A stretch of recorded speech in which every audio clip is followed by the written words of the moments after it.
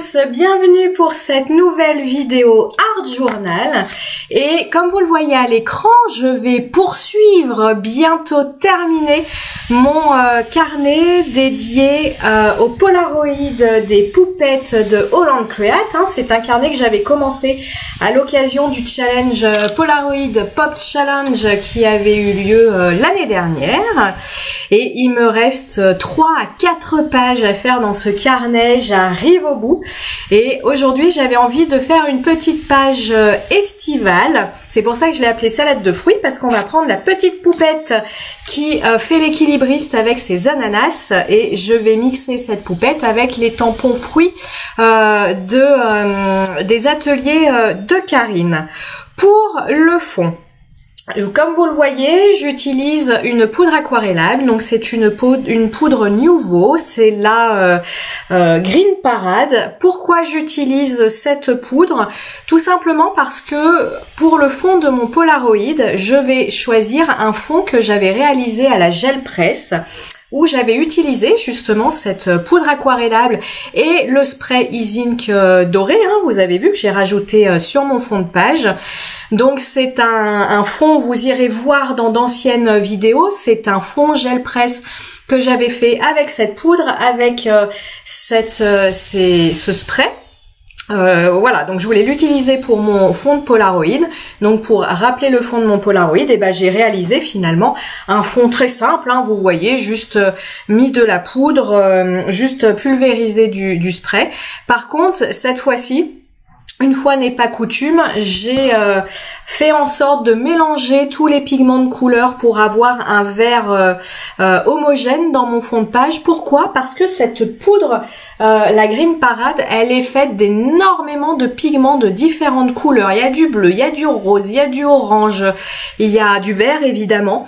Il y a plein de choses et moi j'aime rester dans des combos couleurs restreints, c'est-à-dire utiliser 2 à 3 teintes. Donc quand je dis teinte, on va le voir ici. Ici, je vais rester autour du rouge orangé et le vert pour cette colorisation.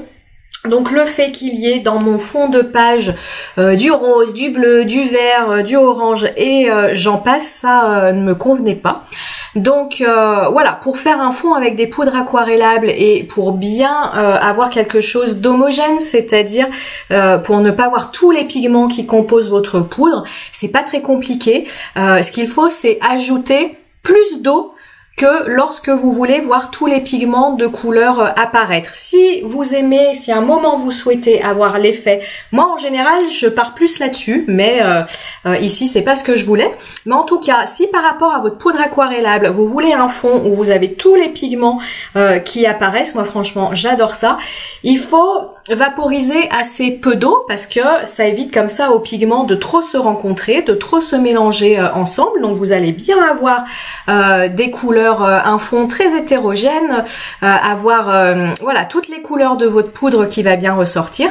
Par contre, si vous voulez comme ici une couleur plus homogène, il vous faudra ajouter beaucoup plus d'eau.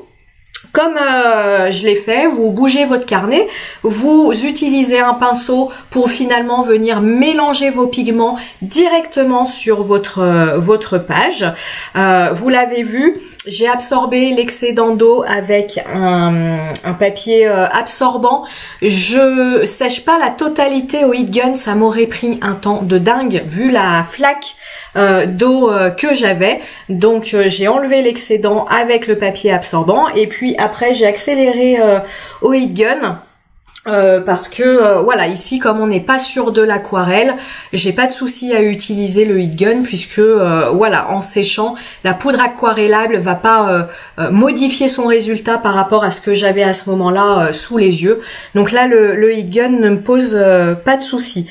Vous l'avez vu sur ce fond de page, je n'ai pas hésité à mélanger des poudres aquarellables avec des sprays, hein, de l'encre en spray. Donc là c'est toujours mon encre en spray Easy Ink dorée. Hein. J'avais, comme je vous l'avais expliqué, dévalisé le rayon parce que pour moi c'est devenu un basique. Mais vous avez aussi dans ces mêmes gammes, hein, vous en avez plein qui ont un effet nacré comme ça. Donc vous irez voir sur le site de la Fée du Scrap, elle a plein de jolies choses à proposer. On va revenir sur le combo couleur. Comme je vous le disais, moi j'aime plutôt faire des réalisations avec des combos couleurs restreints. Donc je suis partie sur le vert puisque mon point de départ c'était vraiment ce fond, vous le verrez tout à l'heure, Polaroid avec ce fond gel presse vert, avec la poudre Green Parade. Une fois que je suis partie sur ce vert, j'ai voulu coloriser aux aquarelles. Ici, vous le voyez à l'écran, j'utilise les aquarelles Van Gogh. Ce sont des aquarelles fines. Donc, je suis allée voir au niveau de ma palette de couleurs ce qui pouvait correspondre et ce qui pouvait aussi être cohérent avec le thème des fruits. Et j'ai finalement restreint mon choix sur des couleurs jaune orangé, donc pas du jaune, vraiment du jaune orangé. Donc vous voyez les ananas, elles ne sont pas jaunes. La couleur que j'ai dans ma palette, je sais pas comment vous la voyez à l'écran puisque quand je double la vidéo, j'ai un tout petit écran pour suivre les images en temps réel. Mais en tout cas, c'est un jaune qui est déjà orange, hein, c'est la couleur orange permanent d'ailleurs. Je vous noterai hein, toutes les références couleurs pardon, dans l'article correspondant à cette vidéo. Donc je suis partie de cette limite là, donc un jaune orangé, pour aller vers un rouge, le body de la petite jeune fille. L'idée étant, vous voyez la petite fillette, c'est elle que je veux mettre au centre de ma page, c'est sur elle que je veux que l'attention se porte. Malgré tout, on a des citrons, un abricot qui sont des embellissements assez importants. Donc niveau taille, en fait, le risque est que mes citrons, mon abricot, prennent le pas sur ma fillette. Donc je me suis dit, si je veux que ma fillette reste au premier plan, il va falloir que elle, je la fasse ressortir. Donc je la colorise en rouge. Le rouge c'est une couleur qui attire l'œil.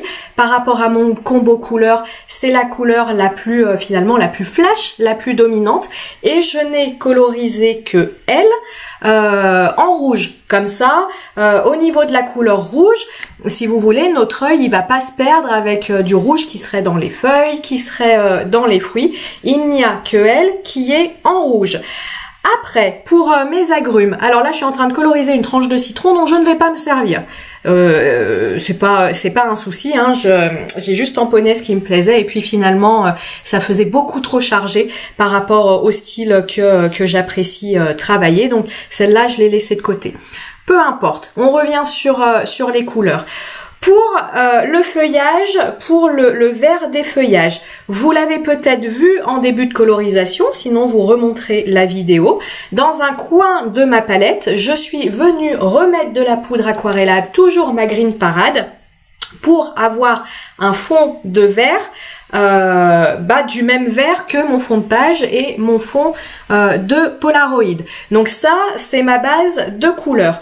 Ce Green Parade, je suis venue lui apporter des nuances avec les aquarelles Van Gogh et j'ai pour ça choisi des couleurs. Alors, moi, j'appelle ça des couleurs naturelles, c'est-à-dire des couleurs qu'on retrouve dans la nature, hein, pas un vert fluo, pas un rose fluo, pas toutes ces couleurs stabilo. Donc, je suis venue teinter, nuancer cette couleur Green Parade avec le vert Hooker, qui est un vert foncé, voilà, hein, qu'on retrouve dans les couleurs de feuillage, et puis le vert de vessie. Donc, c'est ce que vous voyez au niveau de ma palette de couleurs. Vous avez d'un côté le Green Parade, d'un côté le vert Hooker, de l'autre le vert de vessie, et au gré de mes envies, je viens mélanger ces trois couleurs. Et c'est ça quand je vous dis, moi je pars toujours d'une gamme de couleurs restreinte. Je vais pas utiliser que 3 godets si on parle d'aquarelle. Je vais pas utiliser que 3 godets d'aquarelle. Si on parle de crayons de couleur, je ne vais pas utiliser que 3 crayons de couleur. Mais si je décide de travailler sur le vert, je vais utiliser tout un panel de teintes de verte qui est cohérente avec l'ambiance que je veux donner à ma page. Ici, je suis partie sur du, je vous l'ai dit, du rouge orangé. Donc finalement, on a allez, 2-3 teintes, si on dit j'ai le vert, le rouge, le orange, mais ces teintes, je viens les décliner en faisant comme ça des mélanges avec mon aquarelle. C'est justement, moi, ce que j'aime énormément avec l'aquarelle, c'est ce qui est hyper intéressant avec l'aquarelle, c'est-à-dire que là, on a, vous le voyez sur le côté de ma page, on a 3 feuillages qui sont identiques. Une façon de rendre ces feuillages un peu plus sympas que des espèces de copier-coller à l'imprimante, eh bien c'est d'utiliser comme je l'ai fait, c'est-à-dire toujours la même base de couleurs. Donc j'ai toujours mon Green Parade, mais dans ce Green Parade, de temps en temps, et c'est complètement aléatoire, derrière ça il n'y a aucune réflexion, de temps en temps je viens un peu le mélanger avec mon vert au cœur, de temps en temps je le laisse pur, de temps en temps je le mélange à mon verre de vessie, je le fonce, je l'éclaircis en ajoutant de l'eau. Sur quelques petites branches de mes feuillages, je suis revenue ajouter ce fameux orange permanent. Et on a comme ça 3 feuillages, ok, les tamponnages sont les mêmes, mais la colorisation est différente. Et ça permet comme ça d'amener des nuances qui sont plutôt sympathiques. La colorisation de mes citrons et de mon petit abricot, oui, on va dire que c'est un abricot. Je suis partie sur le même principe, c'est-à-dire que je travaille avec 3 couleurs, le orange permanent, l'orange pyrrole. En fait, je vous dis n'importe quoi, je travaille avec 2 couleurs, le orange permanent et le orange pyrrole, et en jouant sur le nombre de couches que je viens ajouter, en jouant sur les mélanges entre ces 2 couleurs. À un moment, je mets plus de orange pyrrole, qui est un orange celui de l'abricot. À un moment, je vais mettre plus de orange permanent, qui tend sur le jaune. En jouant sur tous ces mélanges, toutes ces dilutions, on va avoir comme ça des changements de couleurs qui sont intéressants, alors que finalement, on n'utilise que 2 couleurs. Donc ça, vraiment, moi, c'est ce que j'aime à l'aquarelle, c'est-à-dire amener plein de nuances dans nos colorisations en utilisant finalement une gamme de couleurs assez réduite. J'en reviens à ce que je vous disais, quand je vous dis que j'utilise une gamme restreinte de couleurs, c'est ici le parfait exemple. Je voulais aussi, à travers cette colorisation, vous parler des ombrages. Je ne sais pas si j'ai filmé cette étape. Donc je vous en parle maintenant parce que je vois que le temps de la vidéo avance. Pour donner un petit peu de peps à ma colorisation et un côté un petit peu plus réaliste, je suis venue ombrer mon abricot et ombrer le citron qui est entier derrière le citron coupé en 2 sur le tampon du milieu. En aquarelle, la théorie dit, et c'est une théorie qui fonctionne très très bien, donc je vous invite à la suivre, lorsque vous voulez ombrer une couleur, je ne dis pas foncer une couleur, quand vous voulez apporter une ombre à votre colorisation, vous allez mélanger dans votre palette la couleur initiale de votre colorisation, donc là moi c'est mon mélange orange permanent et orange de pyrrole, et vous allez petit à petit amener une touche de la couleur complémentaire. Donc pour ça vous sortez votre cercle chromatique et vous regardez quelle est la couleur complémentaire, et là vous allez obtenir une couleur qui va vous permettre de déposer un ombrage sur votre colorisation qui est beaucoup plus naturel que d'ombrer avec du marron, du noir ou du gris. Le gris fonctionne très très bien quand vous voulez ombrer du blanc. C'est-à-dire, moi ça m'arrive, hein, dans d'autres vidéos, j'ai voulu faire une colorisation. Alors pour le coup, je n'ai pas fait de colorisation, d'un pelage blanc, mais pour ombrer le blanc, je suis allée sur du gris ou du gris bleuté selon l'ambiance que je voulais. Mais si vous voulez ombrer une couleur, le rouge, le orange, le jaune, le violet, ce que vous voulez, vous prenez votre cercle chromatique, vous allez voir la couleur complémentaire.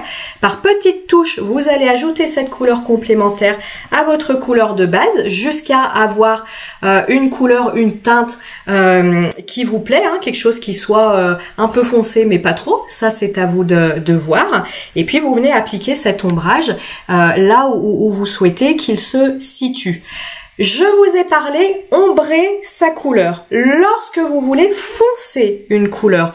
Donc, foncer une couleur, c'est pas dans le cadre où je veux apporter un ombrage. C'est simplement parce que dans la couleur que je veux utiliser, je l'ai pas dans ma palette. Donc j'ai besoin de foncer une couleur, j'ai besoin de quelque chose de plus de plus foncé par rapport à ce que je dispose. Dans ces cas-là, vous allez avoir trois possibilités. Vous pouvez foncer une couleur en la diluant très peu à l'eau. Dans ces cas-là, vous avez la plus forte intensité de votre couleur de base qu'il puisse exister. Vous pouvez toujours sur le même procédé appliquer une première couche de cette couleur-là, puis une deuxième, puis une troisième sur votre papier. À plus vous appliquez de couches, vous attendez que ça sèche entre les couches, mais à plus vous, je recommence avec mes à plus, à plus vous ajoutez de couches de couleur, à plus vous allez intensifier votre couleur. Si vous voulez foncer votre couleur, de la même façon, soit vous allez ajouter la couleur complémentaire comme on l'a dit juste précédemment, ou alors vous pouvez aller ajouter un marron. Donc faites des essais dans des carnets pour voir ce qui vous convient bien. Ou vous pouvez aller ajouter une couleur qui fonctionne bien pour foncer une couleur, c'est le gris de Payne. Attention toutefois avec le gris de Payne, selon les marques, vous allez avoir des gris de Payne qui vont tendre vers le bleu, des gris de Payne qui vont être des couleurs assez neutres. C'est le cas ici chez les aquarelles Van Gogh. Le gris de Payne est assez gris, donc ça fonctionne très bien. Faites gaffe, si votre gris de Payne vire sur le bleu, le bleu il va rentrer en résonance avec la couleur que vous souhaitez foncer et il se peut que vous ayez des surprises. Faites toujours des essais sur un petit papier brouillon à côté quand vous n'êtes pas sûr de vos mélanges. Moi ici je l'ai fait d'ailleurs. Si on remonte, je l'ai fait, alors c'était peut-être pas dans le cadre de la caméra, mais je l'ai fait bien sûr, sur mon petit papier où j'avais mes tamponnages. De temps en temps, je suis venue voir le rendu de mes mélanges pour voir ce que ça donnait. Donc voilà, autant éclaircir une couleur, on se pose pas de questions, on rajoute de l'eau jusqu'à avoir la teinte demandée, autant pour ombrer une couleur, on rajoute la complémentaire, pour foncer une couleur, soit on met peu d'eau, du marron ou du gris de Payne. Chaque technique aura un résultat différent, c'est pour ça que si vous voulez progresser en aquarelle, c'est important de tester un petit peu tout ça.